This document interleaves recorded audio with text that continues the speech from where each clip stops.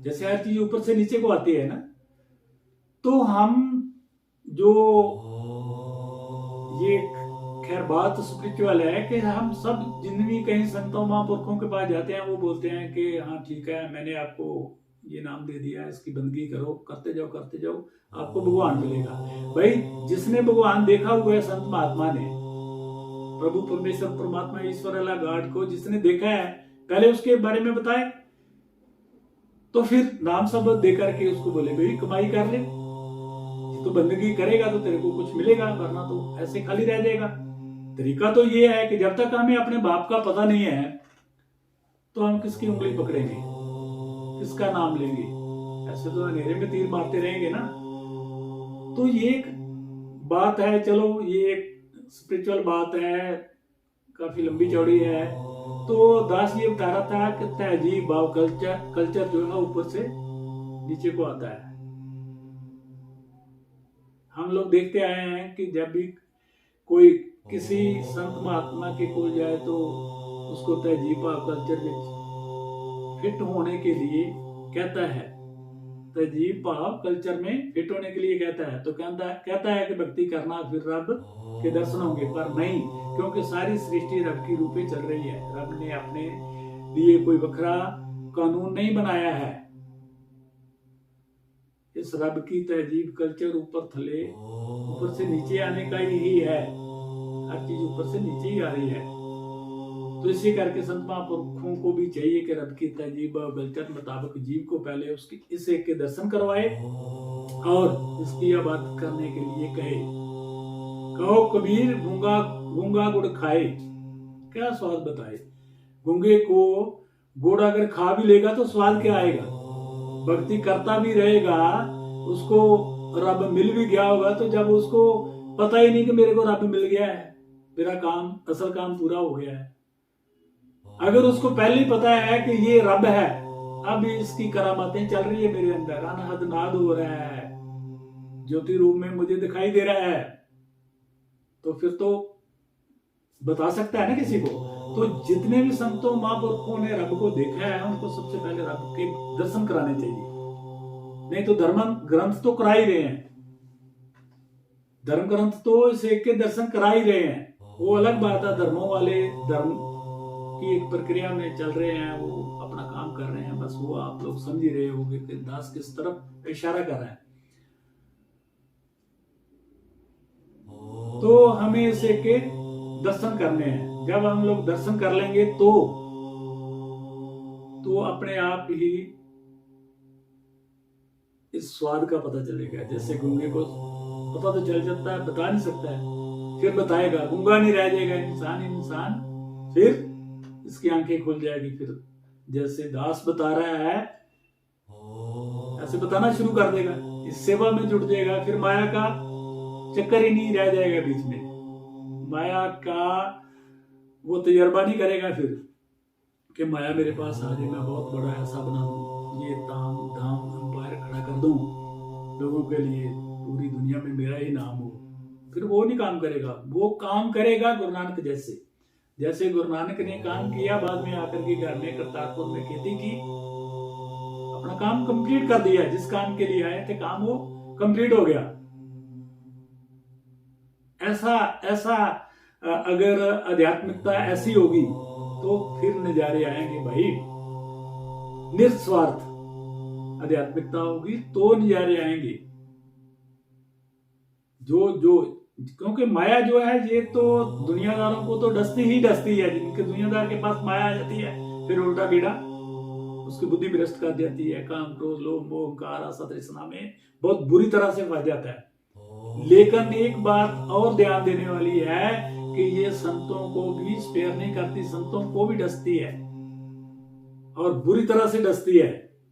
आप तो देख ही रहे हो आजकल के जमाने में संत भी जेलों में पड़े हैं, ये सब माया का प्रकोप है।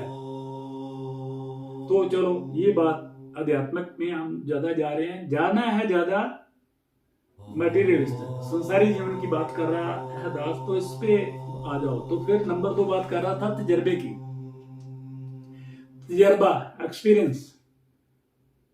तो दास एक्सपीरियंस की बात कर रहा था कि इस एक के दर्शन करने के बाद तजर्बा भाव एक्सपीरियंस बनता है, उसके मुताबिक हमारा व्यवहार बदल जाता है।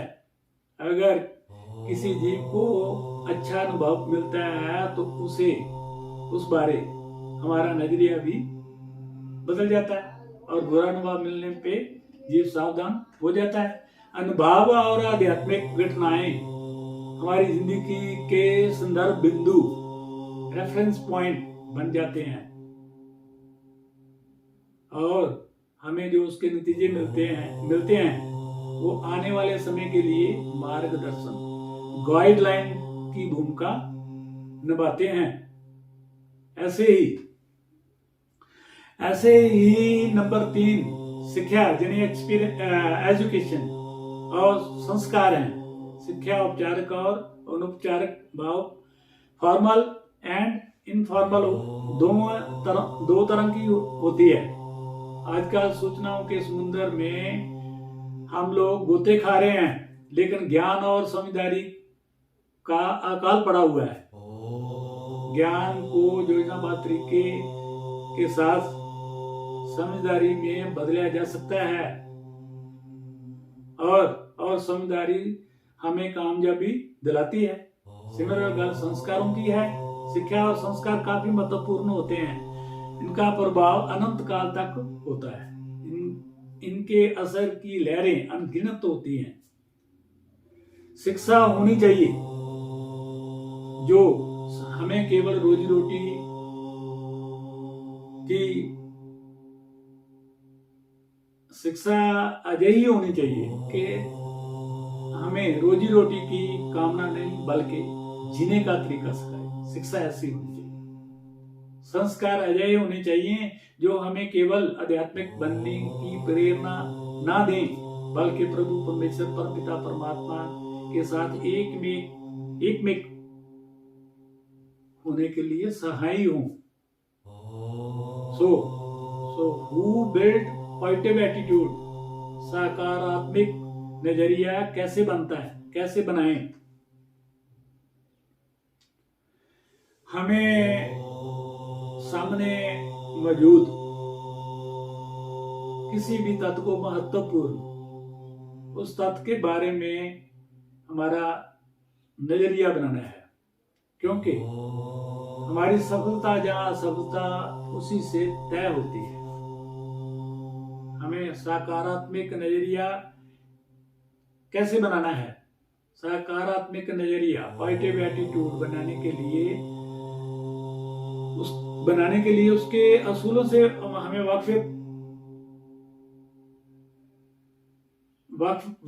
वाकफियत होनी चाहिए। सकारात्मक नजरिया पॉजिटिव एटीट्यूड कायम करने की इच्छा पैदा करनी होगी। इन असूलों को अमल में लाना है। हमें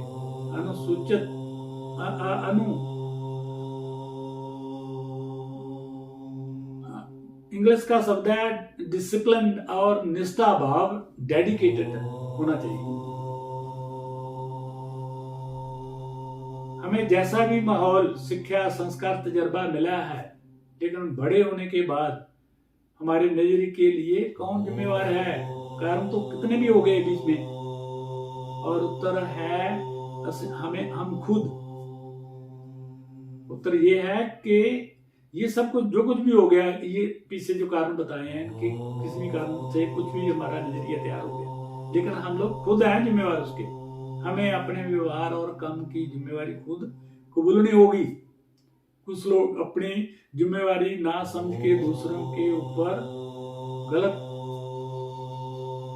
बातें ठहराते हैं, लेकिन नहीं, ये हमारे ऊपर निर्भर करता है और हर सुबह हमें अपना नजरिया खुद चुनना है, खुद नजरिया तैयार करना चाहिए हमें।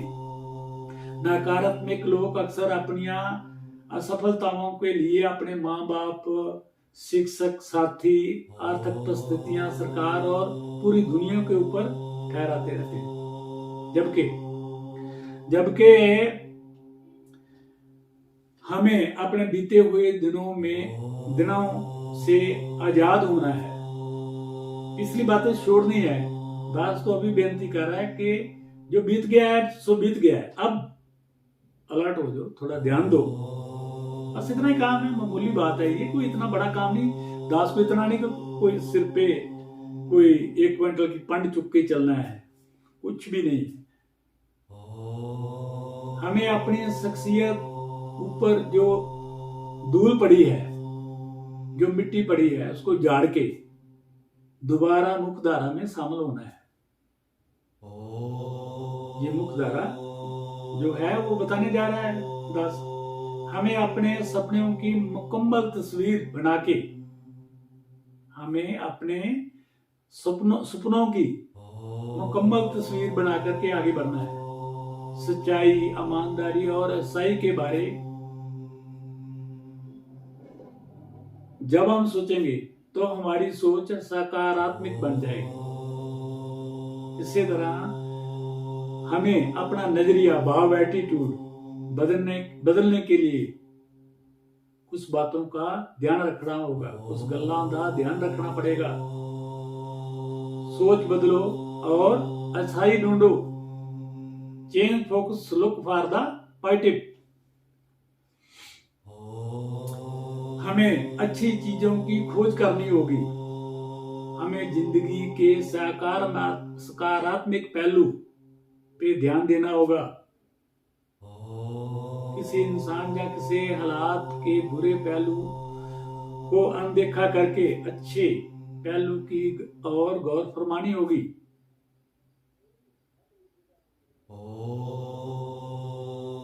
तो ये सब जो बातें हैं, जब तक हम करेंगे नहीं तब तक बात नहीं बनने वाली है।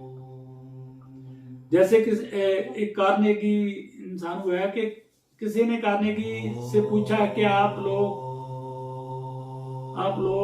लोगों के साथ कैसे पेश आते हो। उसने उत्तर में कहा, लोगों के साथ पेश आना काफी हद तक सोने की खुदाई करने जैसा है। हमें एक तोला सोना निकालने के लिए लाखों टन मिट्टी फरोलनी पड़ती है, और मिट्टी फरोलते समय हमारा ध्यान मिट्टी वाल नहीं, हमारा ध्यान सोने की ओर होता है। एडियो कार्नेगी के जवाब में एक बहुत महत्वपूर्ण संदेश छुपा हुआ है।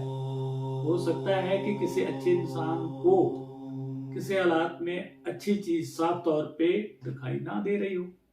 अजय हालात में उसको गहराई में जाकर लबना होगा, ढूंढना होगा। हमारा मकसद कि क्या है? सोना तलाशना। अगर हमें किसी इंसान या किसी चीज में कमियां ढूंढेंगे हम, तो हमें ढेर सारी कमियां नजर आ जाएंगी। लेकिन हमें सोने की तलाश है, मिट्टी की तलाश नहीं है। कमियां लबन वाले तो, कमियां ढूंढने वाले तो स्वर्गों में भी जाकर के कमियां ढूंढ लेंगे।